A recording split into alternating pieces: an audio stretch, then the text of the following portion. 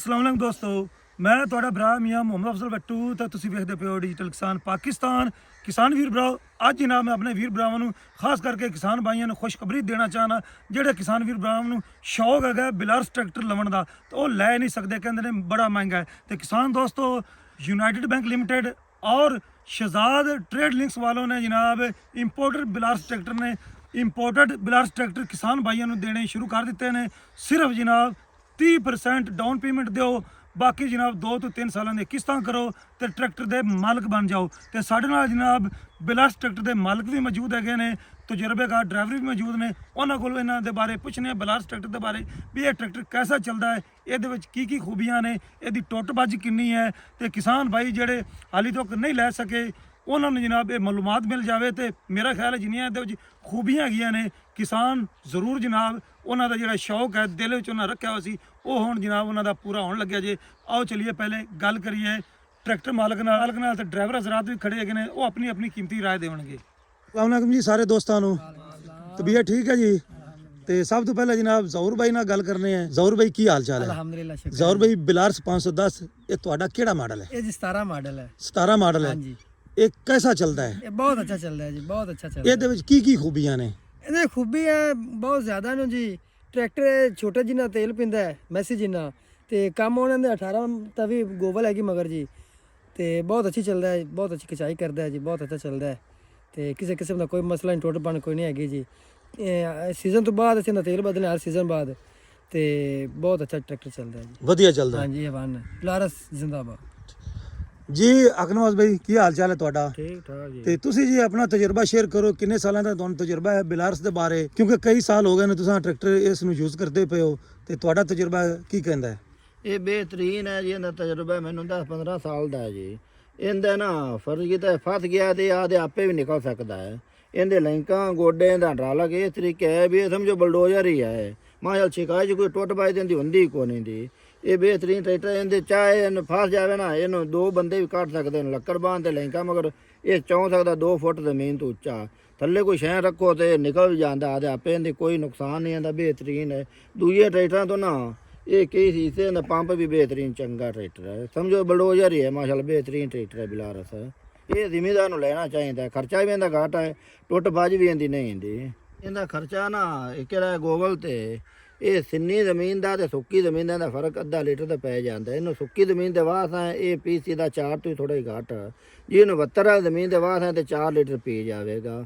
ਇਹ ਸੁੱਕੀ ਤੇ ਸਿੰਨੀ ਜ਼ਮੀਨ ਦਾ ਵੀ ਇਹਨੂੰ ਫਰਕ ਪੈ ਜਾਂਦਾ, ਕਿਉਂਕਿ ਇੱਕ ਜਗ੍ਹਾ ਸਲਿੱਪ ਮਾਰਦਾ ਆਉਂਦਾ ਹੈ, ਇੱਕ ਜਗ੍ਹਾ ਤੇ ਸਲਿੱਪ ਨਹੀਂ ਮਾਰਨੀ। ਸਿੰਨੀ ਜ਼ਮੀਨ ਤੇ ਗੋਬਲ ਚੌਕੀ ਲੱਗੇਗੀ, ਸੁੱਕੀ ਤੇ ਥੋੜੀ ਲੱਗੇਗੀ, ਉਹ ਥੋੜਾ ਜਿਹਾ ਘੱਟ ਚਲੇ ਜਾਂਦੇ ਤੇ ਲੋਡ ਨਹੀਂ ਪੈਣਾ। ਤੇ ਕਿ ਟਿਲਰ ਹੈ ਚੰਗਾ, ਇਹਨੂੰ ਵਾਸ ਹੈ ਨਾ ਚੰਗਾ ਬਿਹਤਰੀਨ ਆਲੋਂ ਦੀ ਜ਼ਮੀਨ ਬਣਾਦਾ ਤੇ 3 ਲੀਟਰ ਪੀਵੇਗਾ। ਤੇ ਰੂਟਾਵਾਟਰ ਜਿਹੜਾ ਉਹ ਪਹਿਲੇ ਵੀ ਫੇਰਾਂਗੇ ਤੇ 6 ਲੀਟਰ ਪੀਵੇਗਾ।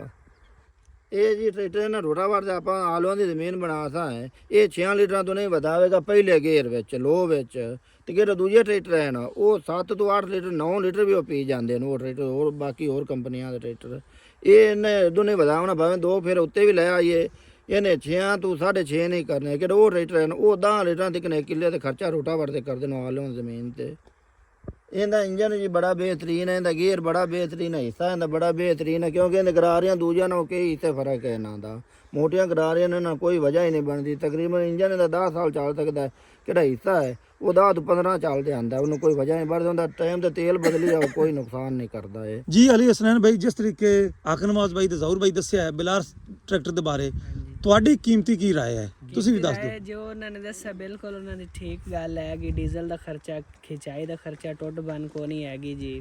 ਇੰਜਨ ਬਿਹਤਰੀਨ ਹੈ ਟਰੈਕਟਰ ਦੇ, ਬਾਕੀ ਹਿੱਸਾ ਠੀਕ ਹੈ, ਹਾਈਡ੍ਰੋਲਿਕ ਠੀਕ ਹੈ ਜੀ। ਰੰਗ ਜਿਹੜਾ ਉਹ ਬੜਾ ਬਿਹਤਰੀਨ ਹੈ। 9 ਸਾਲ ਹੋ ਗਏ ਨੇ, 17 ਮਾਡਲ ਹੈਗਾ ਤੇ ਰੰਗ ਵੇਖੋ ਹਾਲੇ ਬਿਹਤਰੀਨ ਪਿਆ ਹੈਗਾ। ਕੋਈ ਬੰਦੇ ਤਾਂ ਯਕੀਨ ਹੀ ਨਹੀਂ ਕਰਦੇ 17 ਹੈ, ਉਹ ਤਾਂ ਕਹਿੰਦੇ ਨੇ 19 ਮਾਡਲ ਹੈ ਜਾਂ 21 ਮਾਡਲ ਹੈ।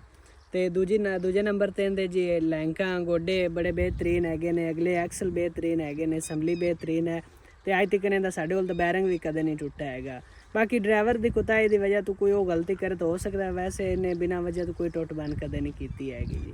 ਸਲੀਮ ਭਾਈ ਕੀ ਹਾਲ ਚਾਲ ਹੈ? ਠੀਕ ਜੀ ਅੱਲਾ। ਸਲੀਮ ਭਾਈ ਤੁਹਾਡਾ ਤਜਰਬਾ ਕੀ ਕਹਿੰਦਾ ਹੈ ਤੇ ਕਿੰਨਾ ਅਰਸਾ ਤੁਸੀਂ ਇਹਨੂੰ ਯੂਜ਼ ਕੀਤਾ ਹੈ ਬਿਲਾਰਸ ਨੂੰ, ਤੇ कैसा पाया है? तो जिन्हें भी देखने वाले दोस्त है या बिलारस लवण के शौकीन है हुण तो उन्होंने जनाब 30% डाउन पेमेंट से भी ट्रैक्टर लगता पिया है।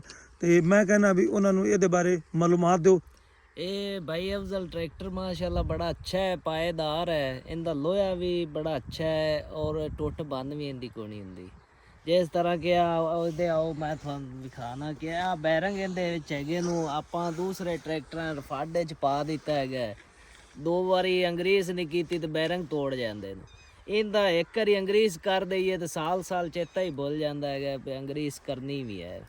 ਦੂਸਰੇ ਨੰਬਰ ਤੇ ਆ ਜਿਹੜੇ ਗੋਡੇ ਆਣੇ ਦੇ ਇਹ ਬੜੇ ਮਜ਼ਬੂਤ ਨੂੰ ਤੇ ਇਹਦੀ ਛਿਕਾਈ ਬੜੀ ਅੱਛੀ ਹੈਗੀ ਹੈ। ਤੇਲ ਦੀ ਐਵਰੇਜ ਠੀਕ ਹੈ, ਦੂਸਰੇ ਟਰੈਕਟਰਾਂ ਨਾਲੋਂ ਤੇਲ ਘੱਟ ਪੀਂਦਾ। ਨਹੀਂ ਬਈ ਇਹ ਮੈਨੂੰ ਦੱਸੋ, ਬਾਜ਼ ਦੋਸਤ ਕਹਿੰਦੇ ਨੇ ਬਿਲਾਰਸ ਚਲਾਉਣਾ ਮੁਸ਼ਕਲ ਹੈ, ਤੁਹਾਡਾ ਕੀ ਕਹਿਣਾ ਹੈ? ਕਿੰਨੀ ਜਲਦੀ ਵੱਲ ਸਿੱਖ ਸਕਦੇ ਹੋ? ਪਹਿਲੇ ਮੈਂ ਵੀ ਇਹੀ ਸਮਝਦਾ ਵੀ ਬੜਾ ਮੁਸ਼ਕਲ ਹੈ, ਲੇਕਿਨ ਮੈਂ ਟਰੈਕਟਰ ਜਦੋਂ ਆधा ਲਿਆ ਤੇ ਚਲਾਇਆ ਤੇ ਬੜਾ ਆਸਾਨ ਹੈ। ਸਭ ਤੋਂ ਵੱਡੀ ਗੱਲ ਤੇ ਇਹਦੀ ਗੇਅਰ ਜਿਹੜੇ 9 ਐਨ ਕਾਰ ਤਰ੍ਹਾਂ ਦੌੜਦਾ ਵੀ ਬੜਾ ਹੈ ਤੇ ਜਲਦੀ ਕੰਮ ਨਿਬੇੜਦਾ ਹੈ। ਜਿਹੜੇ ਮਰਜ਼ੀ ਗੇਅਰ ਵਿੱਚ ਵਾਹੋ ਵਹਿੰਦਾ ਬਰਦਾਸ਼ਤ ਕਰਦਾ ਹੈ। ਇਹ ਜੀ ਸੁਪਰ ਸੀਡਰ ਤੇ ਵੀ ਘੱਟ ਖਰਚਾ ਕਰਦਾ ਹੈ, ਰੂਟਾ ਵਾਟਰ ਤੇ ਵੀ, ਗੋਵਲ ਤੇ ਵੀ। ਆਪਣਾ ਦੂਸਰਾ ਟੀਲਰ ਆ ਗਿਆ ਹੈ, ਮੈਂ ਕਿ ਦੂਸਰੇ ਟਰੈਕਟਰਾਂ ਦੀ ਨਿਸਬਤ ਇਹਦਾ ਡੀਜ਼ਲ ਦਾ ਖਰਚਾ ਘੱਟ ਹੈ।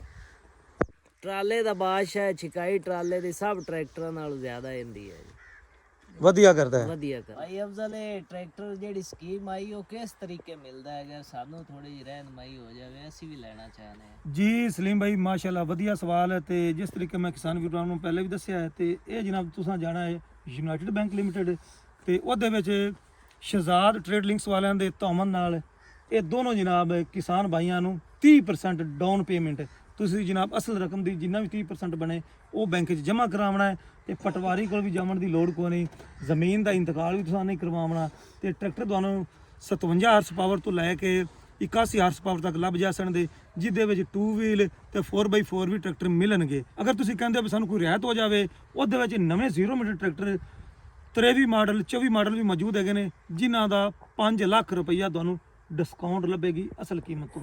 ਤੇ ਬਾਕੀ ਜਿਹੜਾ 7% ਮਾਰਕਅਪ ਤੇ ਵੀ ਲੱਭ ਸਕਦਾ ਹੈ, ਉਸ ਦੇ ਨਾਲ ਜਨਾਬ 14% ਤੇ ਵੀ ਲੱਭ ਸਕਦਾ ਹੈ। ਅਗਰ ਤੁਸੀਂ ਗਵਰਨਮੈਂਟ ਦੀ ਕਿਸੇ ਸਕੀਮ ਵਿੱਚ ਆ ਜਾਂਦੇ ਹੋ 7% ਦਾ ਇਹ ਲਓ ਤੇ ਫਿਰ ਤੁਹਾਨੂੰ 7% ਲੱਗੇਗਾ।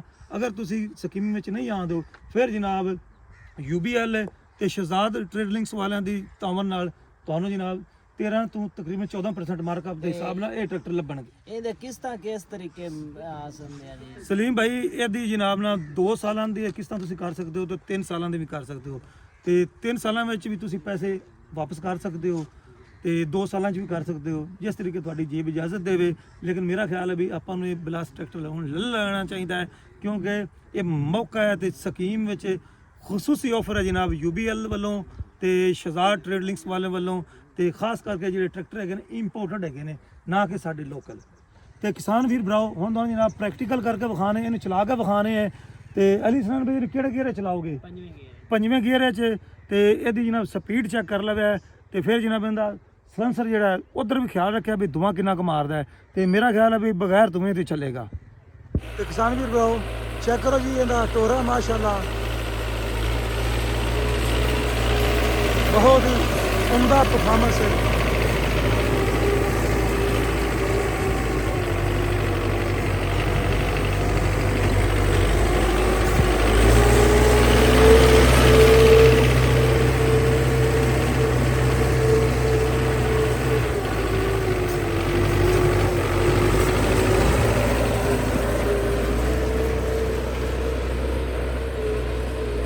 ਤੇ ਕਿਸਾਨ ਵੀਰ ਭਰਾਓ ਹੁਣ ਮੈਨੂੰ ਦਿਓ ਇਜਾਜ਼ਤ।